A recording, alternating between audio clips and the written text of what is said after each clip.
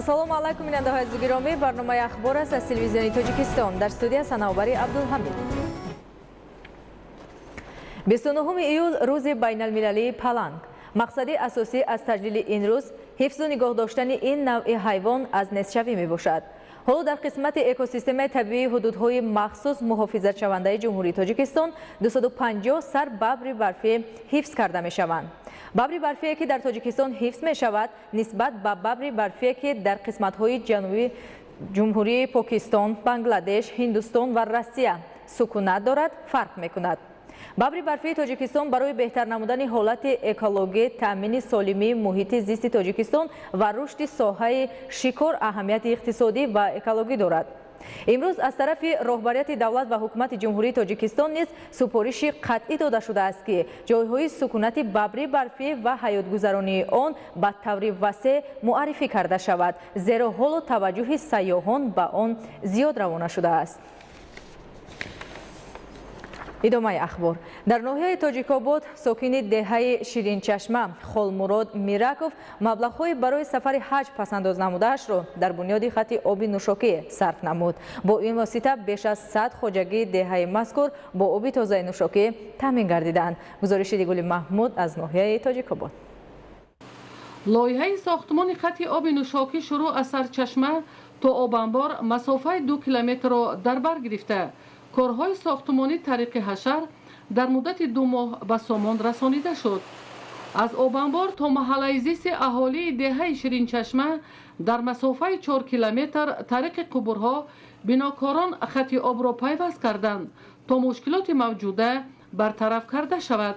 инак бо анҷоми корҳои сохтмонӣ 80 нуқтаи об бунёд карда шуд то 100 хоҷагӣ ки солҳо боз бо оби софи нӯшокӣ ниёз доштанд бо об пурра таъмин карда шуданд. дар расми ифтитоҳи хатти оби нӯшокӣ сокинони деҳа ширкат намуда ин амали неку саховатмандонаи сокини деҳаро таҷассумгари рушди деҳот маънидод карданд. дар ин рӯз аз ҳисоби маблағҳои барои ҳаҷ пешбинишудаи соҳибкорони ватанӣ ба 13 нафар фарзандони оилаҳои ниёзманд сару либос ва дучарха тӯҳфа карда шуд. аз тарафи соҳибкори саховатпеша Холмурод Мираков имрӯз аз номи тамоми сокинони деҳаи Полезак, деҳаи Ширинчашма ба ин соҳибкор барои ташаббуси бузургаш самимона ташаккур мегӯям ва аз дигар соҳибкорон низ اطمینان دارم که در این اقدام‌های خیر دستگیری میکنند و در یکی از گوشه‌های دیار آبادی به انجام میرسانند. در محله دیگر دهه شیرینچشمه ساختمان میدانچه ورزشی جریان داشته. انشاءات اساساً از حساب مبلغ‌های برای حج پیش بینی شده شخصان سخاوتمند و خیرخواه و صاحبکاران محلی بنیاد شده ایستاده است. چنین اقدام‌های آبادانی در دیگر دهات شیرینچشمه روز تا روز شکل عمومی گرفته.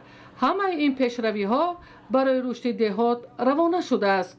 ایدیگولی محمود دادرجان میرزازاده برای برنامه اخبار از ناحیه تاجیکبود.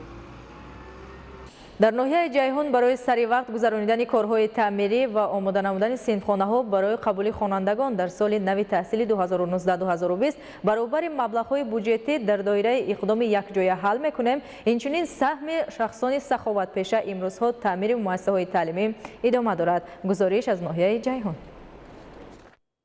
дар доираи тадбирҳои марбут ба солҳои рушди деҳот, сайёҳӣ ва ҳунарҳои мардумӣ ва дар маҷмӯъ баҳри фароҳам овардани шароитҳои мусоиди кору хизматрасонӣ ва таълиму тарбия баробари нақша чорабинҳои давлатӣ ҳамзамон аз ҷониби бахши хусусӣ низ амалҳои созандагию бунёдкорӣ анҷом дода мешавад.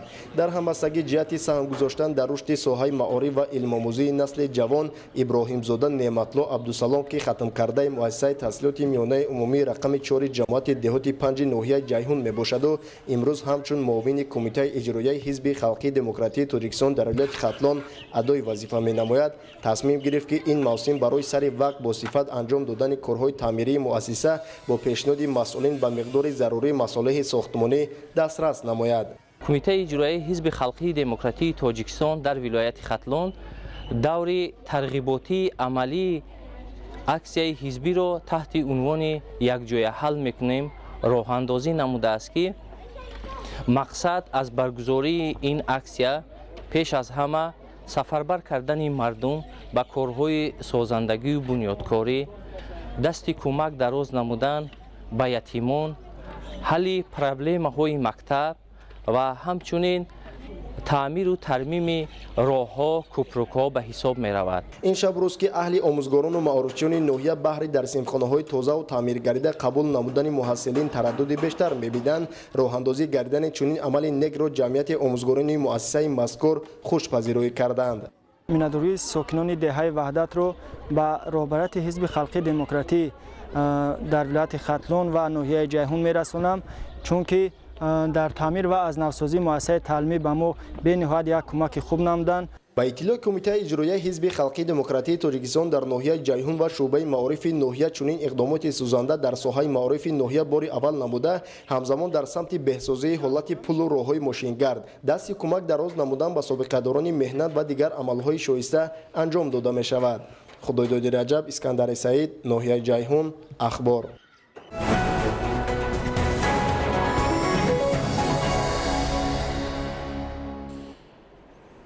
дар доираи тадбирҳои ободониву созандагӣ дар шаҳри Душанбе боз як маркази савдо бо номи Зарафшон Сити ба истифода дода шуд.